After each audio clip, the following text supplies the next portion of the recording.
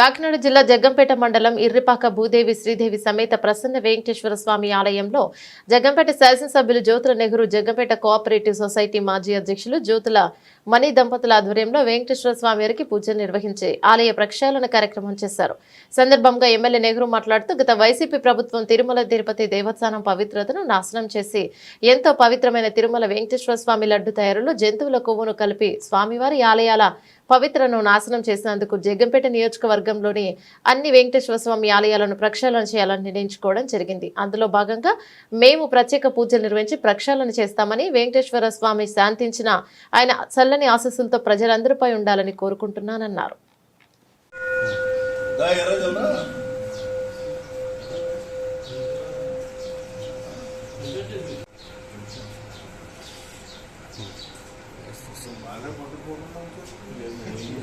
Building land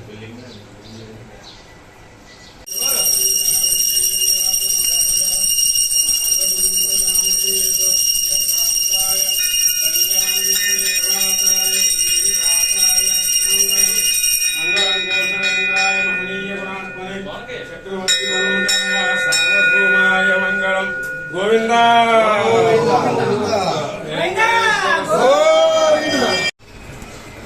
okay sir.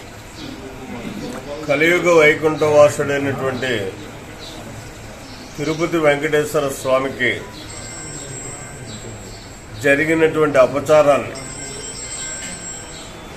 ఏదైతే ప్రసాదం కల్తీ ప్రసాదం చేసి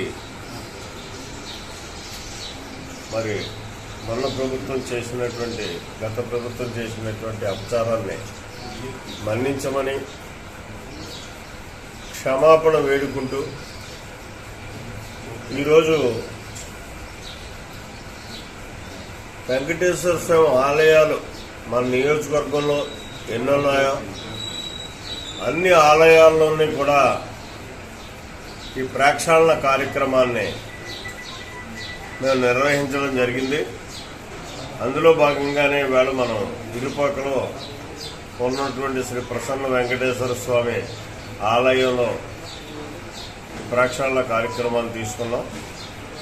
పూజలు చేసి ఆయన మన్నించమని చెప్పేసి ఇచ్చేయడమే కాకుండా 108 కొబ్బరికాయలు ఇక్కడ కొట్టడమే కాకుండా ప్రతి వెంకటేశ్వర స్వామి ఆలయంలోని కూడా మన నియోజకవర్గంలో పూజ అనంతరం కొబ్బరికాయలు కొట్టి ఆ కొబ్బరి నీళ్లతోటి వెంకటేశ్వర స్వామిని ప్రక్షాళన చేసేటటువంటి కార్యక్రమం కూడా తీసుకున్నాం. ఇక్కడతోటి దోషం అంతరించి మన రాష్ట్రం సుభిక్షంగా వెంకటేశ్వర స్వామి చల్లని చూపులతో ఈ ప్రభుత్వం ఏర్పడ్డ తర్వాత తీసుకున్నటువంటి నిర్ణయాల్లో స్వచ్ఛమైనటువంటి ప్రసాదాన్ని ఇచ్చే అవకాశం మరి కలిగింది. కాబట్టి వెంకటేశ్వర స్వామిని కోపం తగ్గించుకొని మమ్మల్ని అందరినీ కూడా, ఈ రాష్ట్ర ప్రజానీకాలందరినీ మీ చల్లని చూపులతో ఆశీర్వదించి ఈ రాష్ట్రాన్ని అన్ని రకాలుగా అభివృద్ధి చేసేటటువంటి బాధ్యత తీసుకొని స్వామివారి యొక్క ఇది నుంచి జరపాలి అని చెప్పేసి మనసావాచ కోరుకుంటూ ఆ స్వామిని మన్నించమని వేడుకుంటూ ఆ స్వామికి 1,00,000 మరి స్తోత్రాలు చెల్లించుకుంటూ సెలవు తీసుకుంటాం.